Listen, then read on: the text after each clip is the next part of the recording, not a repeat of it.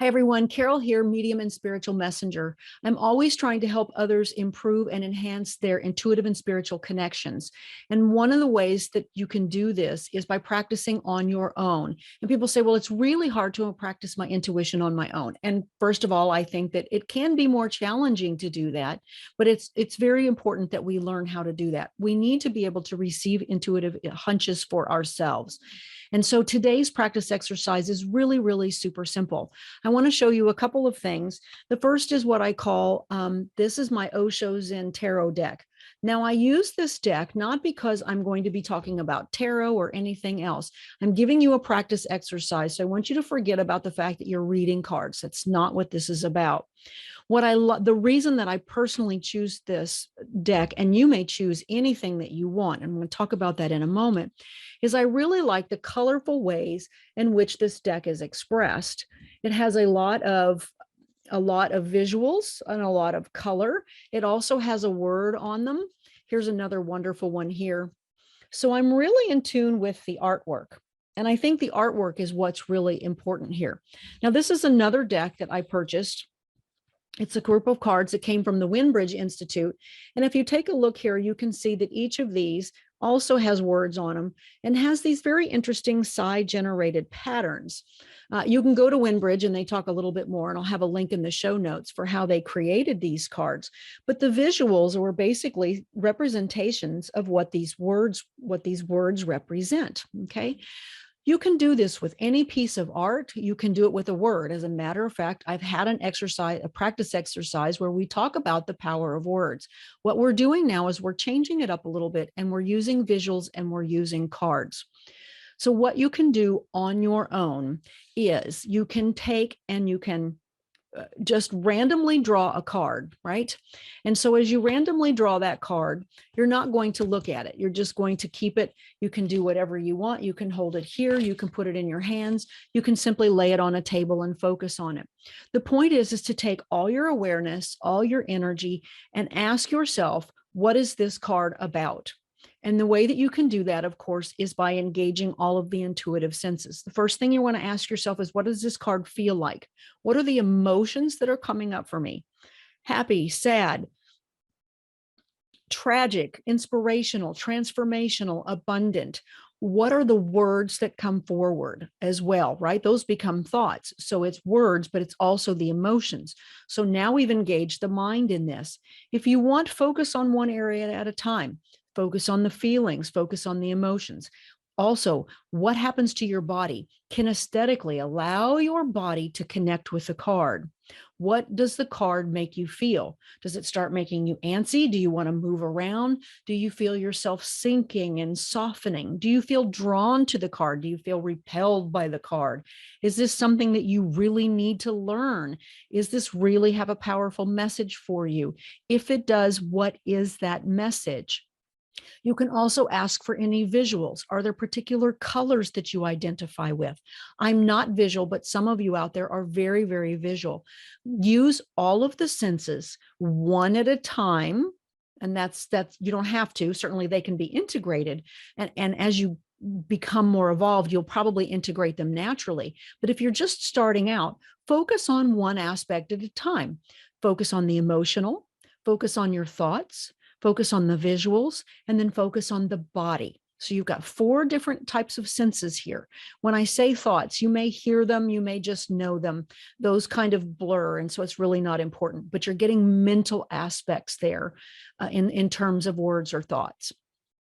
And so this is a way that you can practice on your own.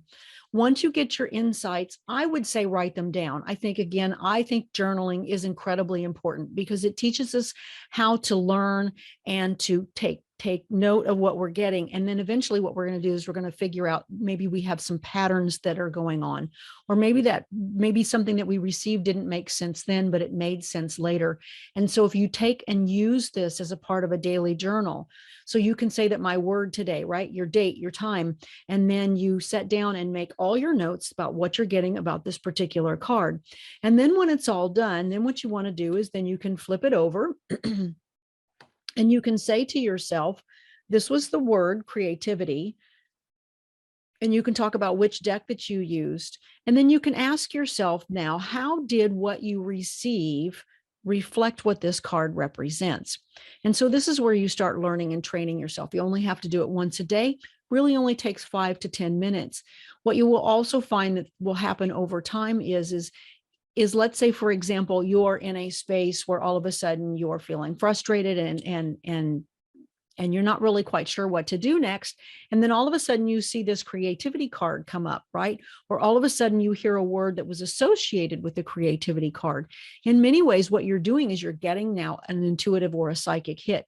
You're being brought back to this experience with the creativity card that is kind of hitting you now in the moment and saying, this matters, right? This is about the creativity card. And you can stop and you can go, okay, I'm feeling frustrated, and maybe I need to be creative, or maybe some type of an insight that came from the creativity card will help you in solving that problem. So this is one way that you can build and practice on a daily basis. You do have to focus. You do want to hone in on your senses. So it's not something where you can just, I think, in my opinion, where you just randomly pull a card and go, okay, well, tell me. Nope, I didn't guess it. I didn't know the word, so I failed. That's not the way the exercise works. We need to really hone in and ask ourselves, tell me what the card is. And that takes a moment to pause and sit down and check in with what the senses are telling you. So that's one way you can do that. And again, it really just is up to you as to what you want to use, whether you want to use a visual or not. Now, with the Windbridge cards, the other thing that you can do, if you'd like, is you can find a way to block off these names down at the bottom. If you want to put a little piece of tape across it, or you could even cut them off and tape them on the back if you want to. But draw a picture and just focus on the picture. And so what does the image bring up for you? And you could do the same with the Osho cards, right? Well, so let's say, for example, this is the card that I drew, and I'm hiding the word here. And I simply asked you to focus on that. Okay. So now you're doing it from a very different perspective. Instead of you asking your intuitive self to tell you what the card represents, you're now allowing the visual to inspire you to something. So this is a second way you can use the cards. What are you being inspired to know about this card?